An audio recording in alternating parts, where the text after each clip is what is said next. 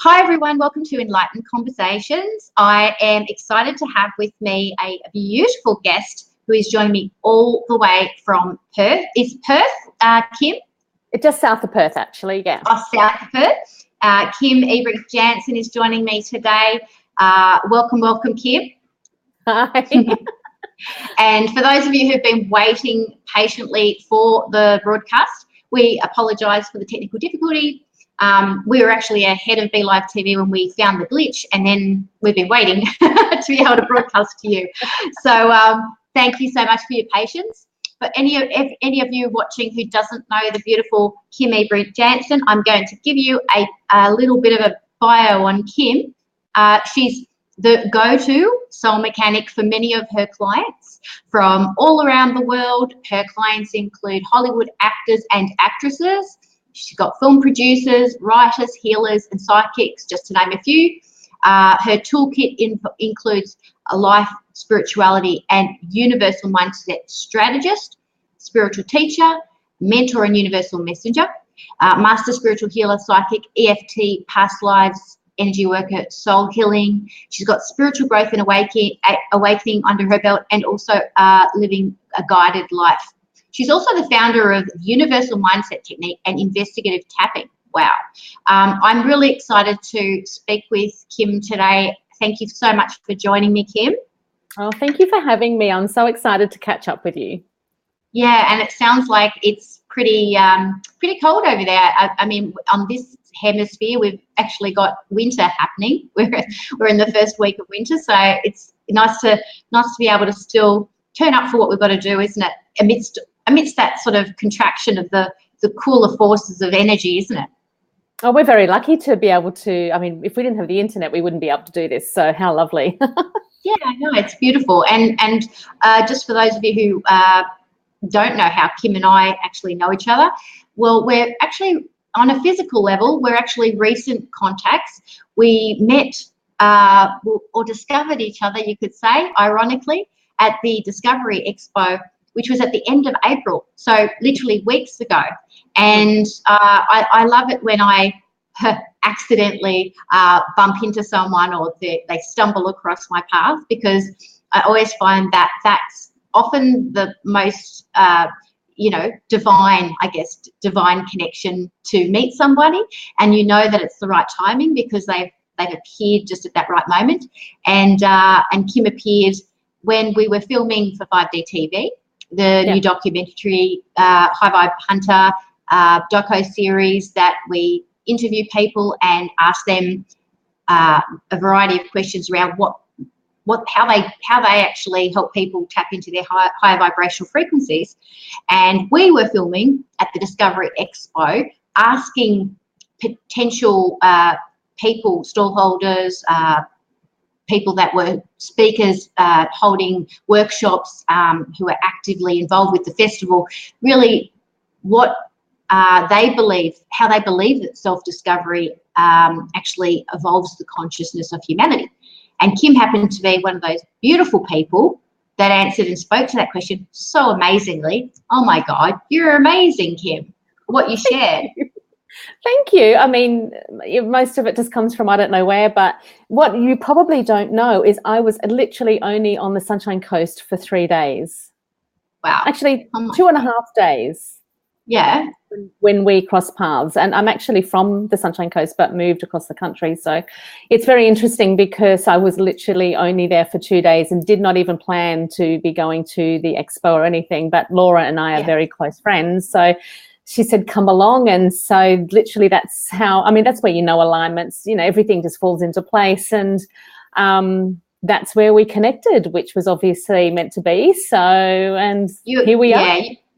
And you were such a joy to work with, Kim. I honestly, I could have listened to you for hours. And I know that it was one of those things where we were interviewing so many people, and we could literally say, look, we've got 5 minutes, we've got 3 questions, go, you know. So technically we only had 5 minutes together, but just from that 5 minutes, oh my God, just so much juiciness came out of that. And for those of you who are interested in actually having a look at what Kim said, the documentary is free, and we'll make sure we post it for you to be able to access it in the comments, so that you've got, you know, a way of watching it, because it was really, did you find that, I mean, you know, you turned up, you were asked the questions, you know, did they have an impact on you, or even watching it back later?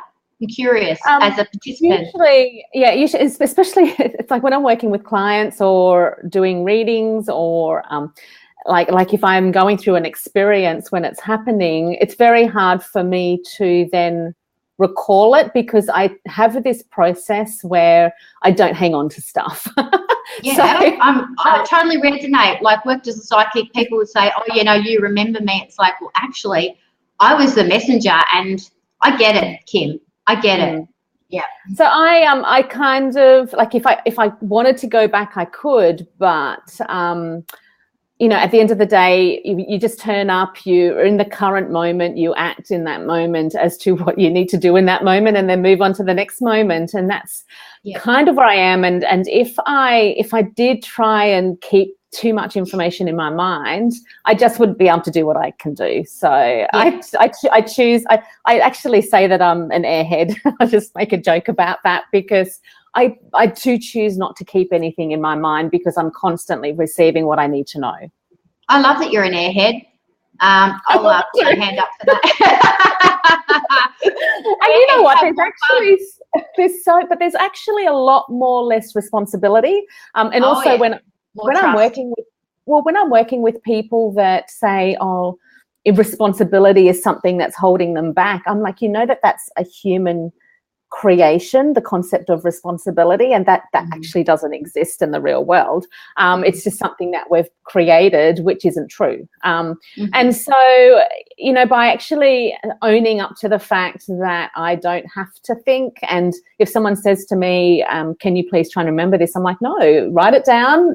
I'm really great at lists, because really, I mean, coming from being an overthinker to being a total receiver, that is actually, to be honest, the best way to live. And I'm happy to just be a total receiver. I literally receive, you know, when I did a lot of work with the universe and receiving information, I was told that we're literally receiving every second of the day. That's 1,400 messages we're getting a day. So that's kind of a lot of information coming in. So I choose to keep it clear, being a clear channel, keeping it clear, and literally what I receive, I then act on without thinking. The hows will always be delivered to us. We just have to follow them. Yeah, good. I like that. People stress about the hows so much that they stop. It's like a paralyzing energy, you know. Responsibility is one of my principles, one of my 12 high vibration principles. And I think the reason why is because unless we own the illusion of the reality that we've created, we can't let go of it. And faith is another one. I mean, you can't let go of something you don't acknowledge you have in the first place. So in some aspect, because of the delusion that we're under around how much responsibility we I know, it's kind of the irony of the whole bizzo, isn't it? But I get what you're saying, because we create, it's almost like a God complex, like we create this godliness about ourselves that we're so important and so responsible, and we have to make sure that this and that, we take on too much, we carry too much, we carry that which we don't actually, we are not, it's none of our business. I like to say, you know, who you are is none of my business. In other words, you know, I'm not God. I shouldn't be concerned with who you are. It's none of my business. I shouldn't think you should change or fix you or this or that, or measure you or assess you or think I'm responsible for you, or, you know, all those things that they're just motivated by fear, actually, motivated by a sense of lack, a sense of that there isn't enough, you know, to support us all, and that we're not actually supported 100% of the time. So, yeah, I understand where you're coming from when it comes to that. Super, that notion of responsibility. It's so I don't know, so 1800s or something. Well, it also comes down to meaning, and literally, you know, we've got so many words and we've got so much meaning around why we're here, what we're meant to be doing, all that sort of thing. And really people's behaviors are all based around the meaning that they've put on certain things. Now, there can be the same word for two people, but there's a different meaning on it. Yeah. So especially when, you know, we could be talking, this is where misunderstandings occur, is you could be talking to someone about something. In their mind, it means something differently to what, and again, the meanings all come down to perceptions, and it all comes down to what we've learnt during this lifetime and any others. So at the end of the day, this is why a lot of people have different viewpoints and different experiences, is because the meanings and the associations that our subconscious and our conscious brain puts on just experiences and things that happen are always different. I agree 100%. And I had this experience the other day. Someone actually, I have since removed the post from my page, but some of you might have seen it before I removed it. Someone was posting about how they noticed that their whenever they post a pic on their Facebook page that is kind of, you know, more naked-y, you know, with the swimsuits and all that, they get all these likes and they get all these responses like, oh, you're so beautiful, or, you know, even if they've written something profound, you know, like, and it really annoys them and it really aggravated them, you know, like, so they were sharing about that. And I thought it was a good post in that, you know, what they were bringing attention to was how frustrating it can be when people just see the two-dimensional, they just see the aesthetic, they're not really commenting or connecting on the deeper message at play. And I have experienced that myself. Like I've you know, had a meditation, I've poured my heart out on a page, I'm really connected to this deeper message, you know, maybe even posted a picture of myself or what have you, and then someone's just said, oh, you're so beautiful, or oh, good looking sexy lady, or something like that.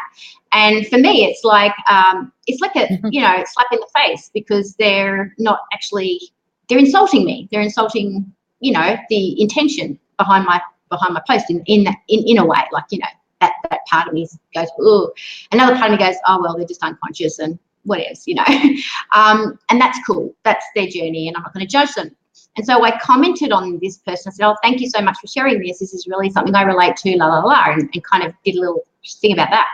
And then I got a real retort back from it. So because I went to that zone where I was actually saying, you know, I only allow that into my field, you know, taking responsibility for what I'm attracting, and how I've treated myself like that, and also giving people that whole thing of the possibility that everybody will evolve. Because I'm an enlightenment activist. I'm an enlightenment activist for all, not for some, right? So I'm not about, well, you've got the possibility of enlightenment, you don't. Everybody does, because we're all on the journey. So anyway, but then I got that retort back from her that I was being like, I don't know, it just sounded really kind of like I was being light and fluffy and just not acknowledging their behaviour, kind of thing. And I thought, wow, that's really unfortunate, because I've written a book on transforming lightness to dark. I've written books on voicing your truth. I've written books on all of this stuff, and it's really sad that when someone, and I even posted her amazing post on my page, and then it's really sad that it kind of went downhill, that because of semantics or, you know, words, that person wasn't able to continue a conversation or validation or support of this whole intention. Sometimes we get too caught up in the semantics, in the ego, in the, I don't know, you know, it's like a, yeah, it's like, I see that it's for me, it's something that we need to become more aware of in spiritual circles, that we validate each other, not pull each other down and try and compete against each other using words that are perhaps different, but the intentions, try and focus on the intentions that are the same. Do you know what I mean? I tend to see, like, everything, and this is again just been my experience, but what I've noticed is whatever comes into my awareness, nothing can come into my awareness unless if there's an energetic match to me somehow. So of course that energetic match is not going to be necessarily directly and a direct link to exactly what's going on, but when we do a little bit more investigating, there is always something for us to know about ourselves from every experience that comes up. And so I always go through, I've developed a 12-step process which actually takes us into the subconscious to find out why that thing has actually come into my awareness and to find out more about ourselves. And a lot of it is linked to childhood, past lives. In utero is a massive link to perceptions about life that we create when we're, in our mother's womb. And even in between lives, when we're deciding about our body choice and why we've decided to come down here, there's so much we can learn simply by these people coming into our lives and showing us different things about ourselves that we didn't know existed. And it's just beautiful, just starting really with, how does that make me feel? All questioning, yes. I 100% agree, because when I was writing about transforming the shadow, it was about meeting that aspect of myself and then ask them, what is it you need and what is your gift to me? And building that bridge and understanding how it's serving me. And after this thing happened, I really went in and understood that it's the irony of what I was offering to this person by way of, an enlightened view of the people that are commenting. I needed to offer her, that it's another level. I needed to actually offer the unconsciousness that she couldn't have compassion for the unconscious. And I needed to, and I've experienced this time and time and time again, because, and I've shared this before, where you have people perhaps sitting in judgment of murderers, pedophiles, rapists, whatever. And instead of me judging the pedophiles, rapists, murderers like they are, I'm judging them for judging them. And so it's another level of that. It's another level. All right. You got me, don't you? I just knew that, because I did go in and I did get to the meat of it. And so what I was being invited to do in that situation was to actually offer that love and compassion for the person who calls herself a psychic and a medium, who is still doing the disconnect between herself and the shadow, even though she's talking about not making things light and fluffy. She's not owning the shadow aspect of herself yet enough to be able to provide that bridge to compassion 100%. You probably agree with me here, because we've all been in this place. When something's not evident to us, it really is not evident. Like we just do not know. We just don't know. We always think that where we are is the only reality that we are in, and this is exactly all there is to life. And until you actually, when you do that deeper work and then you realize the things that you thought before were completely not the new truth of who you really are, and the deeper you go. And, so often I feel, I joke sometimes and think that I'm like Stephen Hawking, because he disproves himself time and time again, because he would learn something about the world, about the universe, about things, and then he would then learn something new that would actually counteract the learning from before. Yeah. Yes. And we're always evolving to a different point of view about a situation. And that's what I'm, when you're seeing the situation from another point of view, like we're suggesting, it's, oh my God, it's like this whole other perspective. It's like, my frustration towards this person being frustrated at other people, but it just sounds funny now, just turned to mush and love for this person, and also turned to motivation to be able to speak about this as well. And we're doing this now. I mean, I have not even had an opportunity to go, well, what do I want to say about that? I haven't even formulated that, and now here we are, presented with this topic where Spirit's actually on, well, this is the moment where you get to talk about it and you get to actually address what needs to be addressed with this, because as we all, I'm sure, as we all evolve in our spiritual awareness, all of us will be challenged like this. All of us will be judging that spiritual person for not being the same, or there's going to be that stuff going on, isn't there, Kim? And what you end up finding, the more work that you do, the more that you actually end up finding that you're actually judging yourself. You're actually, there is a level of yourself which comes through. And you know what I really love? I just really love not making it about the other person. That just gives you so much more freedom to investigate investigate it, and kind of, I know it sounds like letting them off the hook, but at the end of the day, they've got their own journey and they'll learn what they need to learn. I think by being the example of that and actually saying, I know that this is how people are coming across in my awareness, but I can do something about that by going within and changing myself. And I have seen time and time again, soon as you do that and do something within yourself, they end up changing. And so when people say you can't control others, you can totally control other people simply by just doing your own work and going in and doing that. So it's actually quite fun too to find out more about yourself. And it's also really interesting to do more work around our concepts of evolution. I loved, I remember back, oh gosh, this was before I did this work. It was a long time ago where I went and saw a psychic, and she said, oh, you're going to have, and this would have probably been 15 years ago. She said, you're going to have a big play in the ascension process. And I'm like, okay, what does that mean? And, you take your notes. Yeah, and then you go back and you Google it. And ascension, the only thing that came up around ascension back then was that you're going to die. Oh, wow. Ascension means moving to the next, and I was like, holy crap, I'm going to die. And then I kind of let it go and kept going on. But what I realized as you are aware more of the third and fourth and fifth dimension, and, you take your steps towards each one, but then you go back again, and it's all, part of the human experience.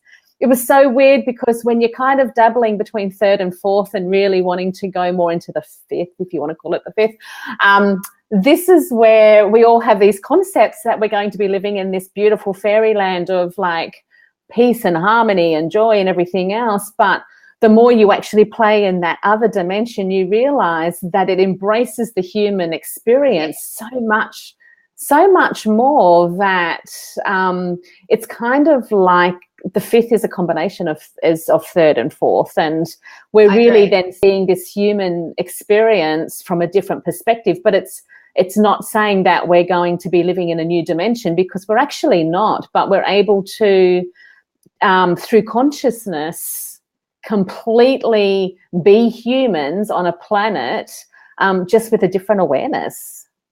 Exactly.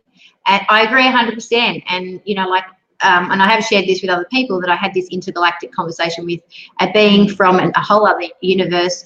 They were in a formless universe that was still humanity, and they told me that that's where we evolved to, a formless universe.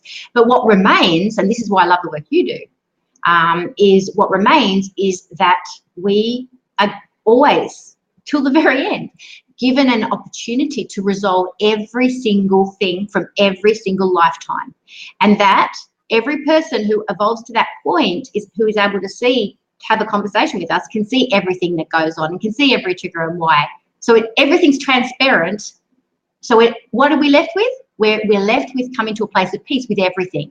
Now that's actually part of the human journey, the human experience, to come to a place of peace with everything that we've done and our humanity, and everybody else's. And so it's really powerful stuff what you're doing, because what you're doing is you're saying to people, hey, let's go and explore and investigate the intentions and the whys and the motivations and the triggers and things like behind your actions, behind your thoughts, behind your feelings. Let's go and have an adventure. Let's go be a detective. Let's go work it out. Let's go resolve.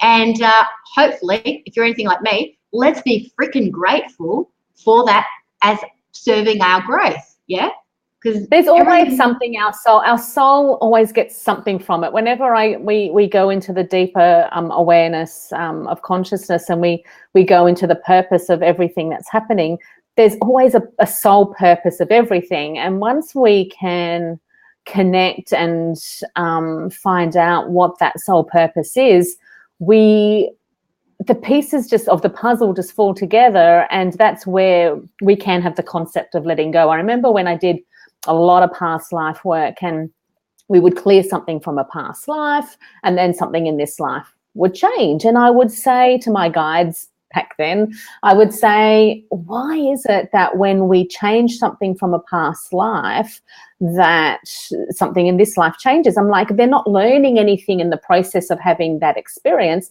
And they said, you're missing the point, the point is that you're meant to have the experience and then let it go. Yes. I'm like, oh my God, we actually have been taught to hang on to everything and learn from it. But in actual fact, we're meant to just do it and then move on to the next. Exactly. Yep. That was amazing to know. I kind of think if we wanted to sum up the best version of responsibility, that would be it. Like, you know what I mean? As in a functional responsibility. Because what we're doing is we're not trying to play God. We're saying, okay, got it, learn from it, moving on. You know, we're not trying to control. That should be this, and it's okay. Cool. Okay, we've done what we need to do. Are we in a place of peace or not? Yes, great. No, let's do some more work. You know, that's it. That's our job. That's our job, and I love that you encourage that. That's a beautiful thing. I do want to mention that we had a comment, and I have something else I want to talk to you about that I think I really want to talk to you about. Hang on, let me just see. So Bridget Scalisi's tuned in. She says, just tuned in, great topic, points of awareness. Awesome. Thank you, sweetheart. Really appreciate that. That's awesome. I really want to talk about anybody who's got something they want to talk about, great. But I have this thing that I talk to people about, and whenever I talk to them about it, I don't think I've kind of really ever felt like anybody really got it. And I wonder if you will, because I'm curious. So this is what I say. So, because there's a lot of power that we hand over when we're like blaming, you know, when we're blaming someone, right? And when we're pointing the finger, because there's a lot of finger pointing that goes on in, you know, when people don't want to do this stuff, don't want to look at their triggers and all that kind of stuff, right? So what I say is, if you're pointing the finger at someone, you might as well be sending all your energy down that finger to that person, and you're actually losing it. You're actually feeding them. You're feeding your energy into someone else. You're handing over your power. You're actually diverting your power, and you're allowing yourself to be disempowered. Because a lot of people think that blaming and getting angry and is actually empowering to them. And I'm here to say, hey, my anger's great because it motivates me to change. But if I'm looking at whatever happened to anger me as a catalyst for my change and thanking it instead of going, then I'm actually, then I'm empowered. What are your thoughts on that? I always, especially with the work that I do, I always know that the way people treat others is always the way they treat themselves. And that's just simply all it is. If people do blame other people, it means that they actually are blaming themselves for different things, whatever they are. So it's again just a direct mirror. I love to say to people, if you're noticing that you do go to blame people, especially when people also maybe feel jealous or have judgment around other people, I always say, number one, you know, energy is just energy. That's just how the universe works. So if we're going to be, you know, blaming, judging, or, you know, going along those paths, number one, the first thing that you're doing energetically is giving other people permission to blame you back. That's just... Nice. I like that. That's good. It's giving them permission. Yeah. Why don't you go ahead and blame me back? Yeah, here's an open door. I like that one. That's excellent. Yes, it's very just good. I mean, and energy just bounces off energy. So that's all it is. So if you're going to bounce that off one way, it's going to bounce back. So I used to be quite judgmental on first impressions. So I'm like, okay, the first 3 times I noticed I was judgmental, I'm like, I'm giving them or someone else permission to judge me. I'm just going to stop from now on. Well, you give a great first impression, so you must have healed that one, right? Thank you.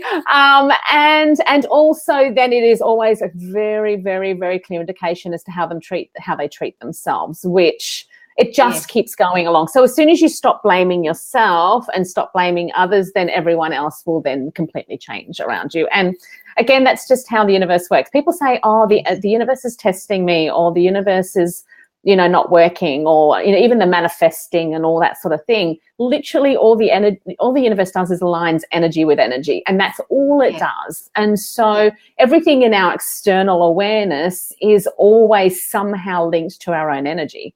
So this is where, especially around things that people don't feel like they have control over, I say, if there's something in your life that you don't feel like you have control over, literally say, okay, that thing is in my life to show me something about myself. And then looking at going within actually really helps. Like, I think it just empowers people rather than them thinking that it's happening. I mean, they always say it's not happening to you, it's happening for you. So it's just how the universe works. And I've really been looking at lately, or I've been kind of tuning into looking at the way that humans would traditionally deal with big issues in the world. So I'm not going to name them, because then I'm just going to call them the bigger issues in the world.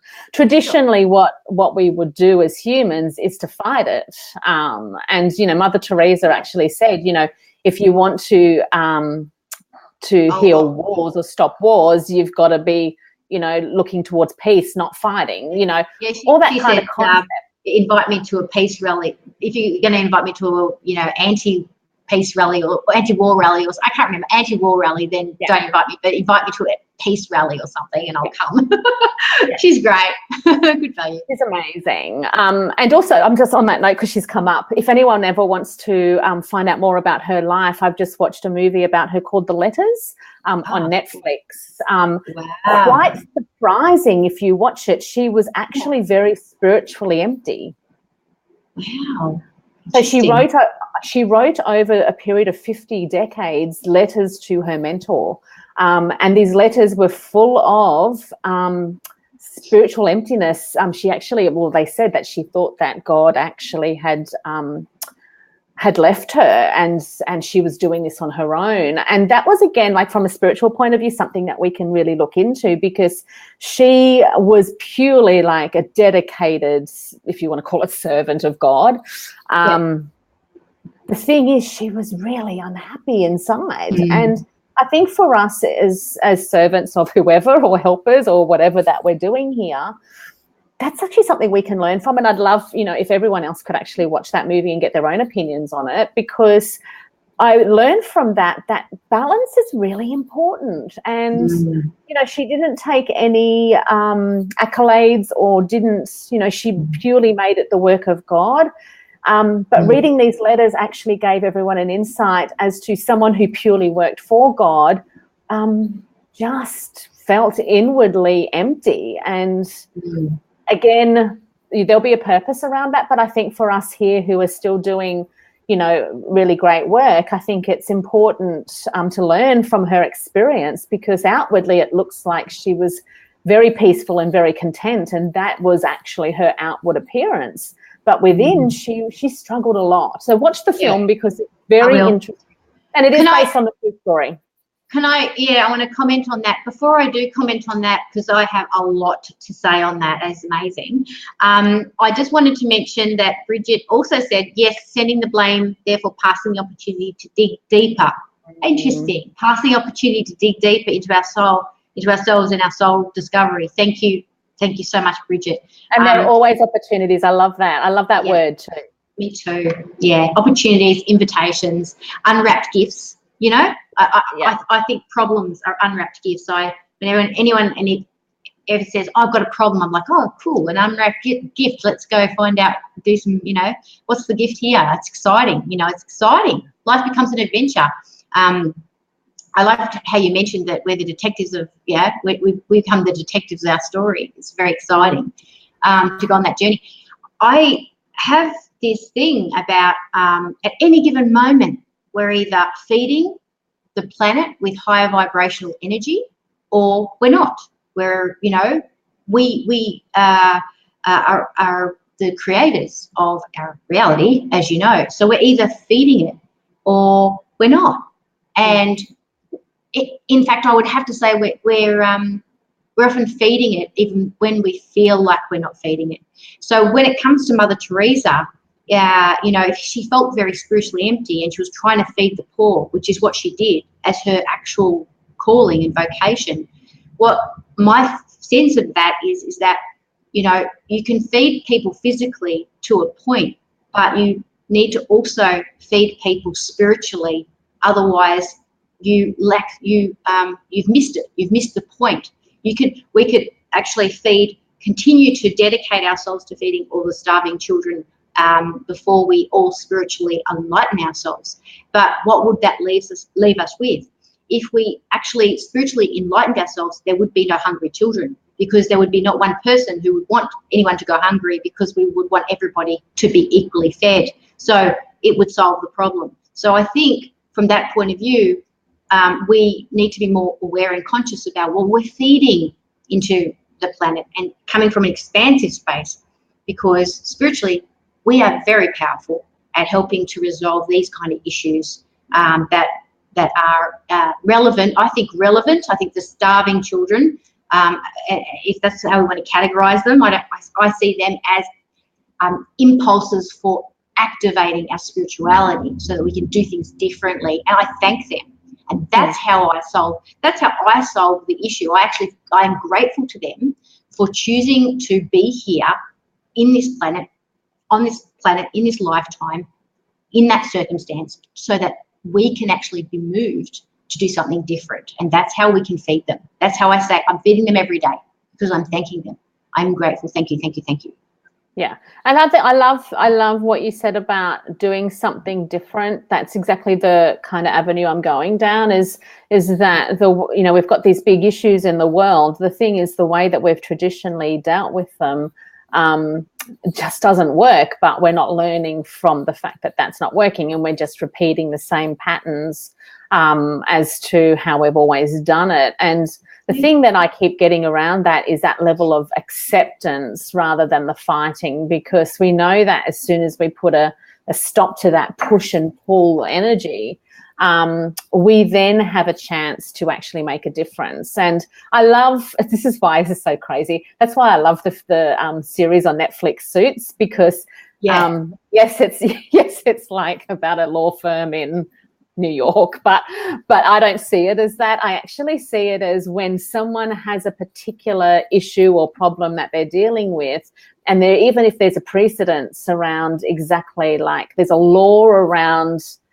you know, what you need to do or what the precedence is around this, they always find another way. And I think that that's where we're at the moment, is if we can start looking at, well, if this isn't working, we need to find another way. And I think what it comes down to is everyone understanding that each person has a massive part in how the earth is right now. And there is no one, again, to blame, because everything's just a reflection of us. I mean, the first thing I love to point out to people around our capability of changing the planet and healing the planet or whatever, making a difference, is our purchasing power. What we buy determines who stays in business and who doesn't stay in business. Now, if money is, I mean, it's never about the money. It's never about the food. It's never about that.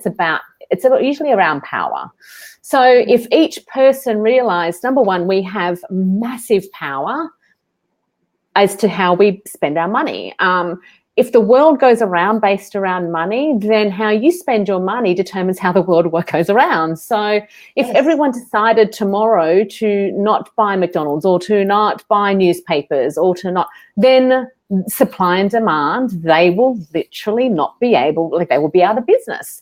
So, you know, the whole concept of, you know, even when people, you know, conspiracy theorists and all that sort of thing go into the elite and they go into all these concepts around who's really running the planet, well, we are actually running the planet. We just don't realize it.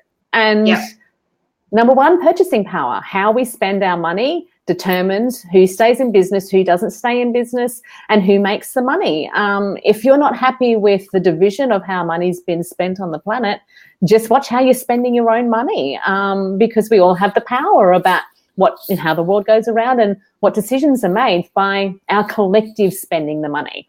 But then again, everything is a reflection of us. So, you know, again, doing our own work, you know, people who say I'm trying to heal the planet or whatever, well, as soon as you work within yourself, you energetically change the external. So again, if everyone just went within rather than, again, trying to change other people, then naturally everyone will naturally change vibration and frequency and learn more about themselves through your own shifts. And that's all that needs to happen. And, you know, it's pretty simple. 100%. 100%. And you know, hey folks, that's how self-discovery, you know, evolves the consciousness of humanity and changes everything. Because, you know, the thing is, Kim, you know, as you were talking, I was thinking, oh wow, you know, like it's true. Like if you know, like you have an awakening and maybe that awakening is around self-worth, you know, self-value and things like that. And then all of a sudden thinking, hang on a second, I value myself enough to purchase this and to purchase that. Those services actually, yeah, are of greater service to the greater good. I value myself enough to also choose those kind of products because I believe they're all connected, you know. When we start to get these kind of energies going within ourselves, we do start to change and we do start to choose more consciously what we will and won't buy. And that has a profound impact on our social reforms and our economic reforms and our consumer power. It's just, it's huge. It's a big deal. It's a good topic to talk about, actually. And I think the more conscious that we become, the more conscious we realize how much power we actually have. That I would love power. To see more of that. I would love for. I mean, I don't even think. I mean, I'm really big into research and case studies and stuff like that. That's one of my passions. And I did a little bit of internal work yesterday where I'm like, okay, so where am I at? And it's like, I love that kind of stuff. I love, you know, looking at when we make changes, what the results are and, you know, what kind of things can happen. So that is one of my passions. And I would love to, you know, to have a collective and a number of people who would say, yeah, I'm really excited to do a case study. And again, it's just a case study. It's just an experiment. Because I think, you know, one of the biggest things that I've learned around, you know, success and business and everything else is that you have to let go of the outcome to be able to learn what you need to know. And of course, then what happens, the universe says, well, you have no boundaries or barriers around what you want this outcome to be. I'm going to exceed it. And I love that. And I love that too. It's whenever, you know, numbers of clients or, you know, amounts of money you want to earn or whatever it is, when you say that this is how much I want or this is the result I want, it just puts a barrier on it and stops that flow. So using things as case studies or experiments is just so much fun. And it would be great to do, you know, pockets of people in certain areas or whatever who are passionate about, you know, how they spend their money and how they live, and just to see how much they affect the local community. I agree. That would be awesome. I'd love that. I'd love to know that. Because, you know, if we could find a way to measure that, you know, that would be so cool. You know, because, you know, just, I mean, I was just, as you were saying that, I was thinking, yeah, just imagine even if you had a group that came together to meditate on the idea. I mean, or an online group or something like that. And then to see what would happen globally, even like just you know what I mean, like just from this small pot of people doing this, did it affect the way the economy was trending? Because it would be really interesting, because we're all connected, right? So if there's a few of us doing it, then maybe actually the ripple effect goes bang at that moment, and more people than the people that were attending the meditation are all affected, and so therefore it changes the numbers. I wonder if that actually could be a fun little experiment to do. Yeah. Oh, I think that'd be awesome. Cool. I mean, we do it every day, and it's so funny because, you know, when I talk about receiving messages and signs from the universe, and we receive 1,400 a day, you know, Facebook is the perfect vehicle for us to experiment with how our thoughts create things, because in our minds, like, we don't even have to speak it. We just have to think, okay, what is my next steps? Or, you know, thinking about, or you might see something in your awareness of an advert in a paper or something on the radio or whatever, and you'll then see the same thing on Facebook. And I'm like, Facebook is the perfect example of how energy aligns with energy and how the messages can come through to you, but also how you can actually have an effect or a greater effect on other people simply by seeing what comes into your feed on Facebook. Like, it's amazing. Like you were talking about, you know, someone mentioned something on Facebook. It's like, the energy in the universe actually dictates Facebook and what you see. Totally. I 100% agree. I'm curious, are you open to sharing your 12 questions to everybody today? Oh, I actually have shared them a lot. I did actually talk to them, I talk about them at the Discovery Expo, and actually I'm trying to get that onto YouTube, but I actually filmed a real life or real live. You want to tell them to me, and I'll put them up on the screen as you tell me, so that people can actually know what they are. I'll type them in. I'll be my secretary. My secretary. Yeah. Well, I do actually have a document that's typed up, which I can share. I can just type them up on the screen as you talk about them. I just do it so quickly when I'm with clients that I don't even think of them as steps. But the first step with this is in the Reset Your Mind process. So the Reset Your Mind is pretty much seeing, okay, so what in my current reality has been created by what's in my subconscious. Of course, subconscious, we have no idea what's in there. So we need to find out what in here is creating out here. So the first thing we do is that we go into how we feel about that thing. That's the first step. It's how do I feel about this situation? Okay, how do I feel? I'd like to maybe use an example. Good. First thing that comes to mind is how I feel. Like, so say, for example, someone has said something and you, and I can probably share the document as well if that's easier. But so when someone maybe treats you a certain way and you go, well, that's made me angry. Okay, that's what we need to use. So you're angry in this situation. So then step number one is anger. We need to actually name the emotion. So number one is anger. Number two is, where do I feel in my body this anger? It'll either be in our chest, in our stomach, wherever. I mean, again, so we then need to acknowledge, where in my body do I feel it? That's step number two. And step number three is we need to then acknowledge it. So we need to then go to the anger that's in our stomach or in our chest, and we just say, hi, anger. No, you're there. Funnily enough, as soon as we say hi to it, it actually disappears. Mm-hmm.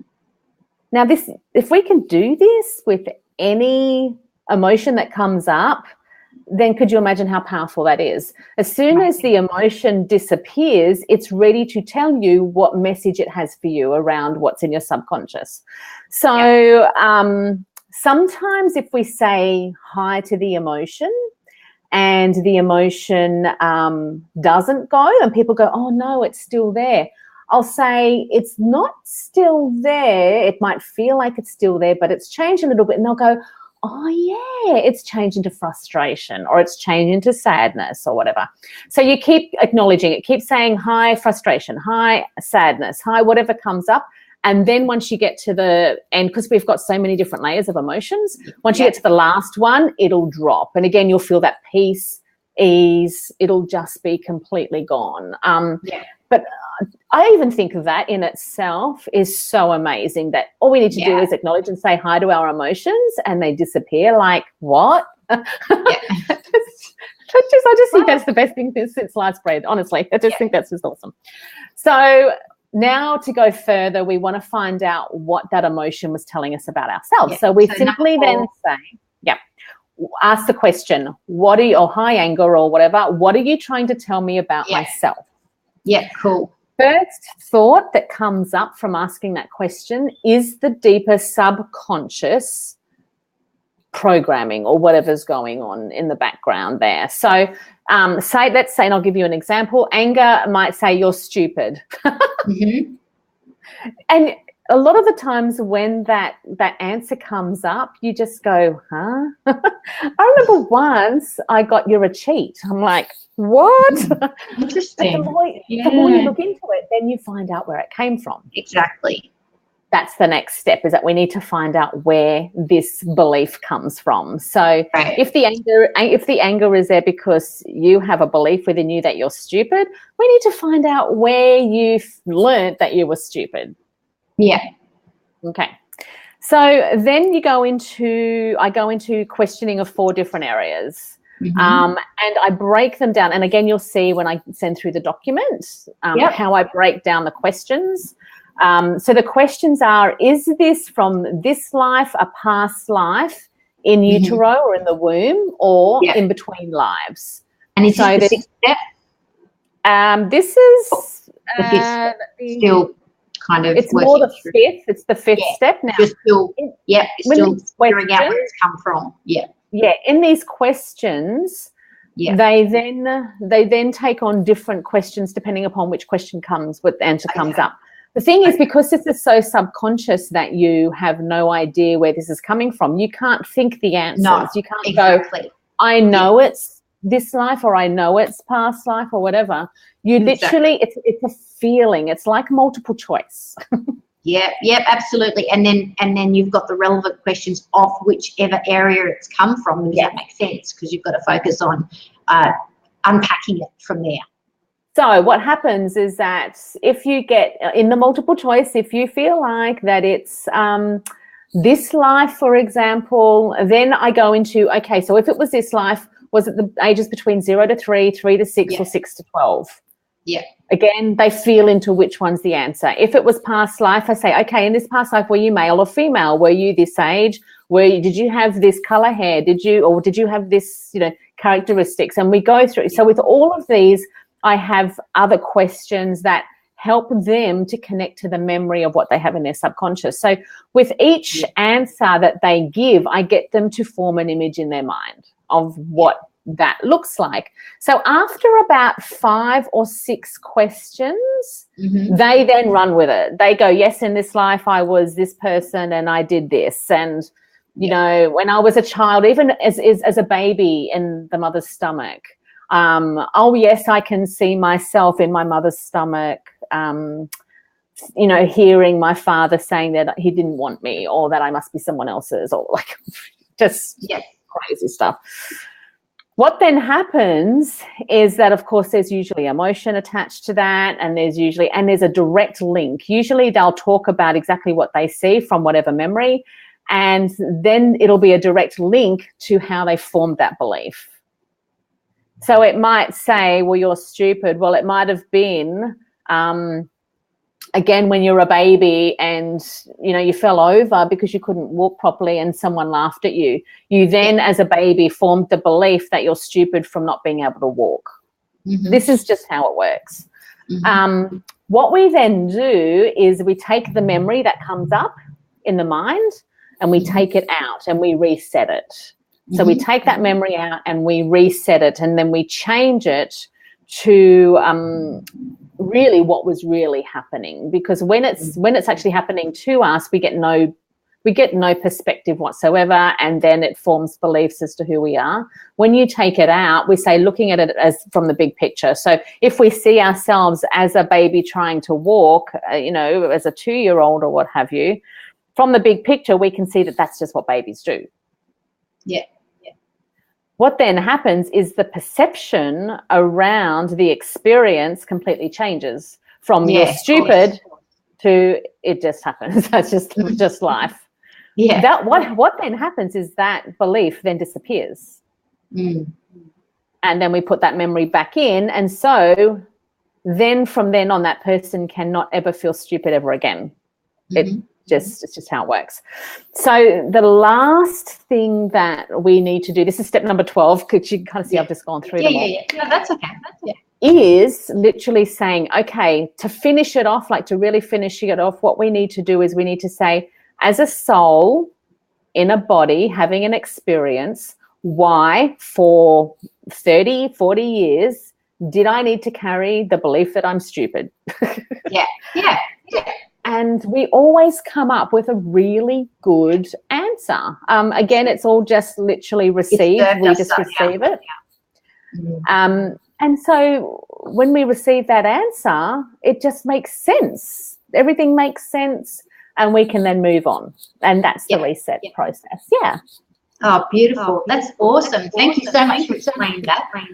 That's okay. Hopefully that has explained. I will, and I do want to get more examples on my YouTube channel of Fabulous. these different scenarios, because it's just beautiful to connect all the dots. And again, this is part of where I'm going to, is actually documenting all these combinations, because I haven't actually seen, there's no real pattern at the moment as to, okay, this belief has come from this place, because they're all different. And I like looking at these different, because a lot of parents will say, well, how can I make sure my children don't get brought up with these wrong perceptions or these wrong beliefs about themselves? And it's like, to be honest, it's soul choice of what that experience has created to then create the experience. And usually once we get down to the purpose of why that thing happens, there's a duality piece. I need to experience lack to know then that I'm unlimited. I need to experience sadness to then know what real happiness is. Or so isn't that interesting? And it comes back into integration. I love it. That. Always just comes back, and it's really interesting for that person to then own the experience, and they're not the whole thing that we've been throwing around a lot on internet around victims and things like that. And I used to think about victims and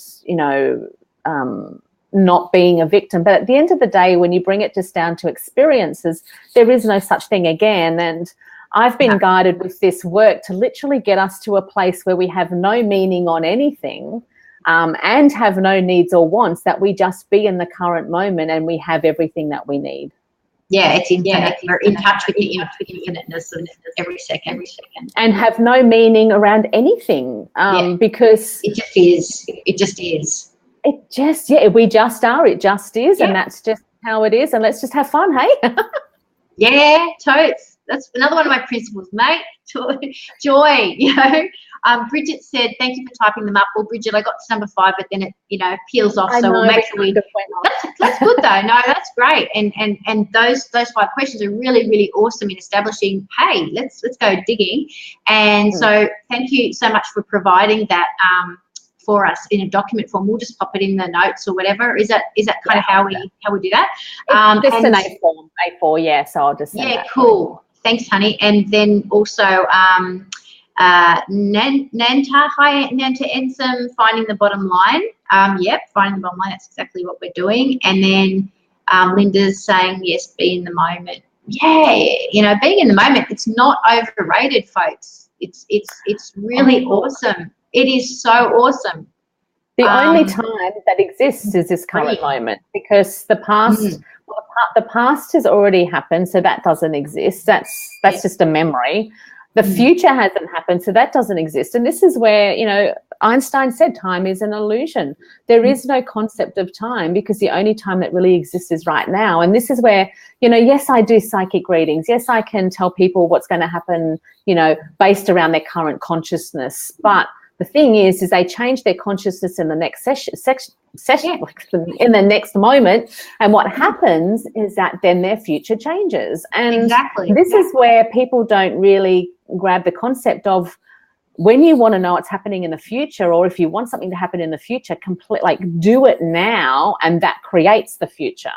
And the future is now. So if we can just act like the future is now, then we don't worry about the future, and we then become empowered to be able to create it. So it's fun. Yeah, exactly. It is, and it becomes much more fun. I agree with you. Life is a lot of fun for me nowadays. I just want to let people know where they can actually connect with you as well. So we've got your website coming up now. Anybody who wants to find out anything more about Kim and her wonderful work and how you can actually connect with her. If you've got any upcoming events, do you want to share them now, Kim? I didn't notice if you had any. I do mainly online, because most of my clientele is international. So fabulous, locally in WA where I am, I'm doing psychic parties, which are really fun, but I'm going to start to do them online, where we just play with all the tools and stuff like that. But I'm also in the next couple of weeks, I'm going to be starting up a business mastermind called The Sixth Sense. And it is literally all about what we've been talking about, literally receiving what we need to know in our business. There's like not following other people's business structures, but literally setting up a business based on divine guidance and following the divine guidance, which we receive every day. And well, in my experience anyway, it's always a success. So I want to share that with others to be able to use the divine guidance that's available to everyone. And as I say, everyone has a sixth sense. It's whether we actually use it or not. So let's start using it. Let's start creating businesses that that are along and in alignment with our path, but that we also, again, have fun doing. It's just all part of it. So that's what I'm working on at the moment. Plus doing lots of Reset Your Mind programs. They're really powerful, and I definitely are doing a lot more work on the Reset Your Mind to start to create these case studies around these combinations of different things that I'm experiencing doing the Reset Your Mind. Because there is no pattern at the moment. I'm really keen to do a lot more resetting your mind in one-on-one sessions and also programs. And really it works with anything from money, relationships, health and weight, you know, all those sorts of things, success, whatever we're not able to get through or whatever, we're using again as a blessing to find us more about ourselves. And then again, when we find out where that came from, all that sort of thing, it actually then changes our current reality. And it's just beautiful to find out exactly like more about ourselves. And once we open one window, then we open another window, and we open another window, and our consciousness does start to expand a lot more the more we access that subconscious mind. I'm just loving it. Love the process. Oh, I love it too. I love you. And thank you so much for joining me for an enlightened conversation today. It was so juicy and yummy and amazing. And I could just keep talking to you for hours, and I love Anytime. that. I'm always in for a chat. Thank you so much, everybody else, for joining us today and giving your feedback. Please feel free to comment after this, and we'll have a conversation. Let the conversation continue. Let it spark on. But the ideas that we've talked about today live on. Lots of love to you all, and we'll see you next Thursday at 11 o'clock. I've got the beautiful Greg Doyle, who's an astro traveller, joining me to discuss all things astral travel, which I'm really excited about. And we've got Christine Elwood and Lois Rowley tomorrow. They've got an enlightened conversation tomorrow morning.